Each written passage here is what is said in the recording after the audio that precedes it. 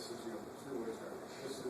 This end is your posterior pituitary, also called a neurohypophysis. I wish they'd get rid of it already. Just call it pituitary. I'm sorry. Look at this. This is amazing. Up in the hypothalamus, this is a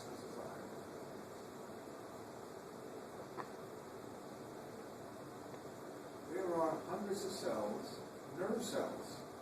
That's their cell body, and here are their axons, and their axons go to the posterior pituitary. These are strange neurons, hundreds of them. They don't release a neurotransmitter. What they will release, if you stimulate them up here, is this, which is ADH, anti-diuretic hormone.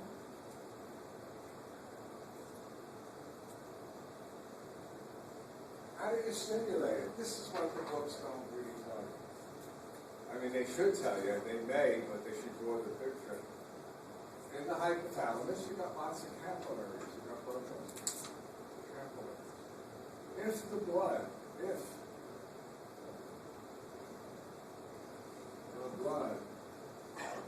is too hypertonic,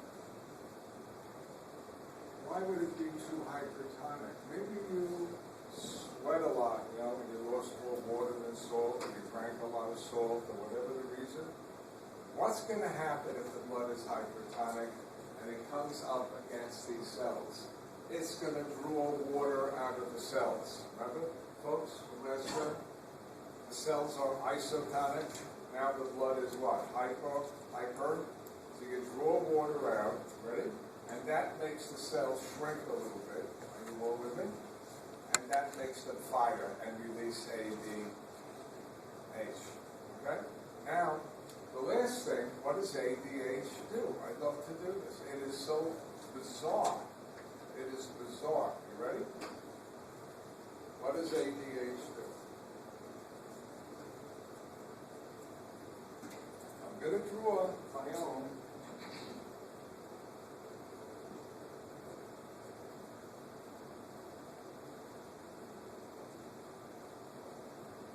This is the tubule where the fluid is, and here we'll do it nicely.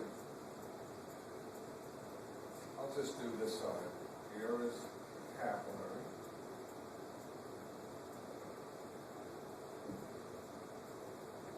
And what I want to do is what? Not let all this water go out. You with me? I want to reabsorb it. What does it mean? Send the water that's in here back to the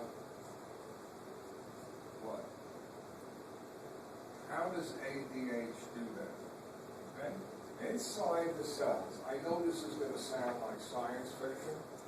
There are little tubes, hollow microscopic tubes, tubes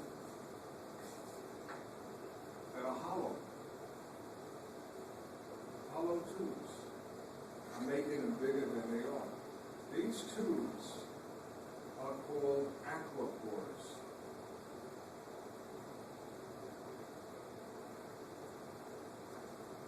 So far, you with me? So each tube is hollow.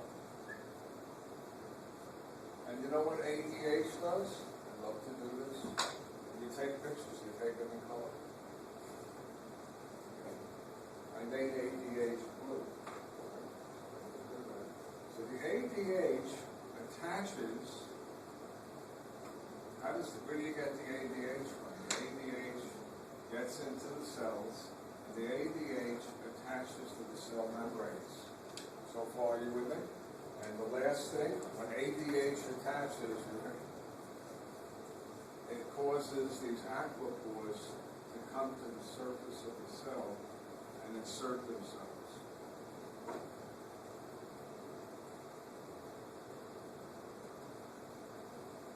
what happens when they insert themselves, I'll just exaggerate it here.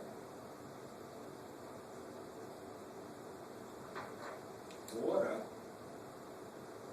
will go into the aquaporin, come out, go out the back of the cell, and into the wall. Does everybody follow that? Isn't that amazing that a hormone can actually, say aquaporin, come here and insert it in the membrane and say now what water, and why will water leave? Okay. Where is water going? It's going into, last part, this interstitial fluid. What is this interstitial fluid? It is hypertonic, the interstitial fluid. Here it is. Look. What is the fluid down here? 1200. 900, 400, goes up. Now you're allowing what? See, water is going to leave. Water is going to what? Leave. And as water leaves, and as it leaves and leaves, what happens to the fluid inside the tubule? It becomes more and more concentrated. And that's when you go to the bathroom and you what? Have very little urine and it's dark yellow in color. If you see that, you go to the bathroom and your urine is a small amount and dark yellow, assuming you didn't eat vitamin B1, which will make it canary yellow, then you know you're dehydrated. Your kidneys are what? Reclaiming the water. Did you all follow that? Okay? So you got to do two things to reabsorb the water. What? Put aquapores, right, through the cell membrane, right, and then have the what? Solution outside. What? Very, very concentrated so that water moves where? From the tubule out. Remember, tubule, water could theoretically move in what? Either direction, but it'll move out. Why? Because it's more what? Dilute on the inside than on the outside. And that's it.